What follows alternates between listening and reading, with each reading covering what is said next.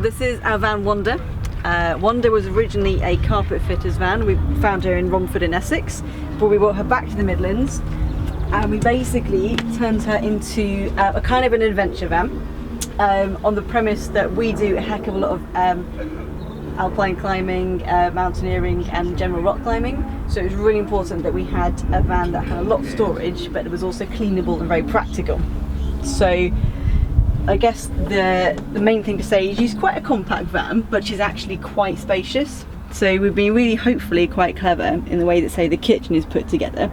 The fridge is corner mounted, has an awful lot of storage capacity in it, but it sort of obviously doubles up as the work surface space as well. And we were going to put the fridge originally here in the sink that way, but it kind of worked out better so that you can have the sink with the chopping board that goes on it, and you get a lot more room, which is kind of cool.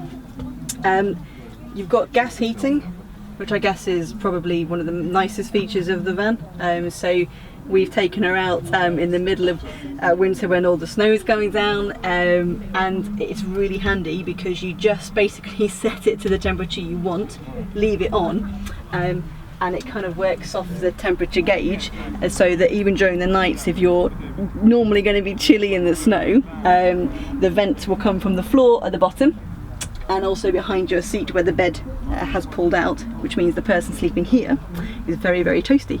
The bed pulls out basically this way.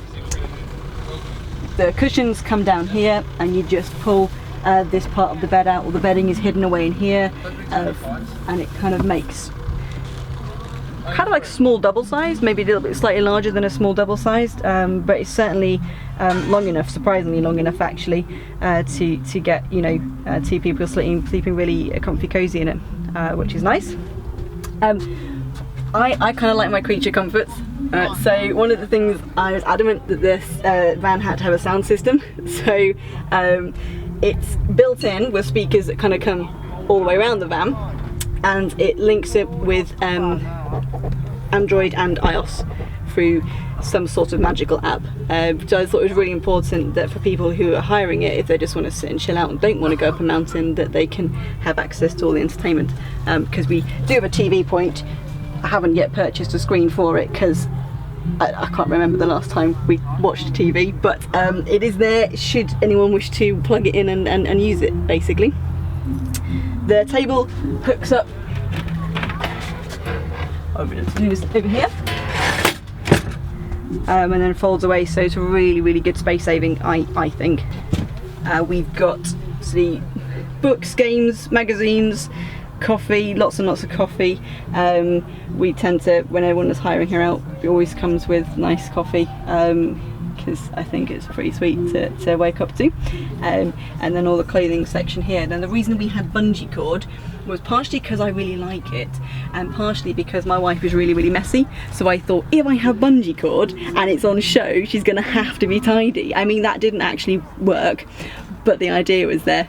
The lights, people seem to have commented on quite a lot. They just constantly go around, but once they're on, you can kind of, every single light of these is multi-directional, whichever they're up in the ceiling or anywhere around here. Everything in the van is sort of bespoke and handmade, and I'm pretty sure you can't probably find these anywhere else, unless the guys decide everyone likes it so much they're going to start making them for more people, which I wouldn't be surprised about, to be fair. Kind of the design theory that we had when we were designing Wanda was I really like straight lines and industrial design, and Laura thinks people should not have to always damage themselves on kind of really sharp corners.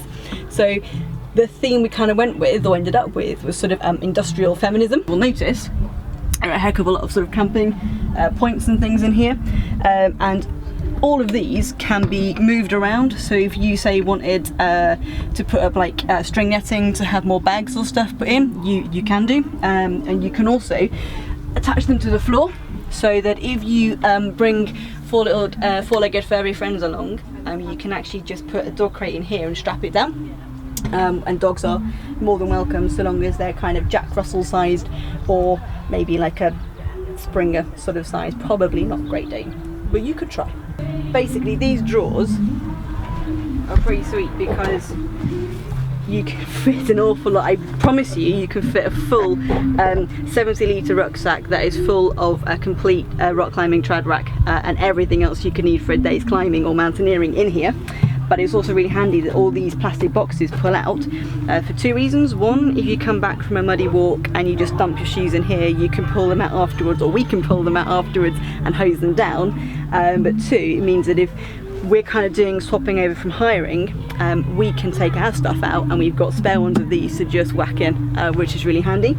So you've got kind of multiple ones here, extra water storage should you need it. But the water also fills up from underneath the sink point as well. You just need to get hose and put it in, really. So it might not be climbing specific, but we have built the van basically to be maintainable or off-griddable. So there is 2 solar panels on the very top of Wanda. The combination of the leisure battery and the solar panels means that you kind of are able to go off-grid. We've been sort of, you know, a week at a time. Obviously we'll carry on for more than that, but basically the point of that was if you wanted to go and say park up outside Stanage, or if you wanted to go somewhere maybe to Spain and think, right, I'm going for a week of climbing, you know that you don't have to worry about like hookup or where you're going to get electricity from. And you've also got all the space, so you can put, you know, kind of everything you need for a week's climbing in and hidden away, as well as having all the space for your kind of chilling out gear as well. There's a surprising lot of storage in here, you know, for rope, and I say when you hook the nets up, you can get all the other ropes and everything else you might need for any kind of, I guess, any outdoor activity really, without needing to go and find a proper campsite, unless you really want a shower, because I'm afraid it's not quite big enough for that.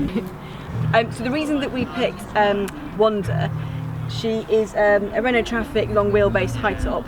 I drive a tiny little sports car, I drive an MX-5, and that already feels fairly large to me.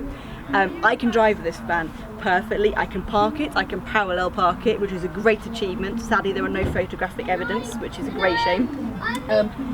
But I was kind of nervous about getting maybe a much larger van because I wasn't sure how I'd cope with being able to drive it, but this I find really super easy. And it just means I can park it anywhere, and you don't have to worry about thinking, oh, am I going to find a spot, or where are we actually going to park it? Is everybody going to look at me when I pull up on the campsite and I can't put it in the space? So it's worked out really well for that. So it's a small van, but there's still a heck of a lot of space inside it, and I can drive it.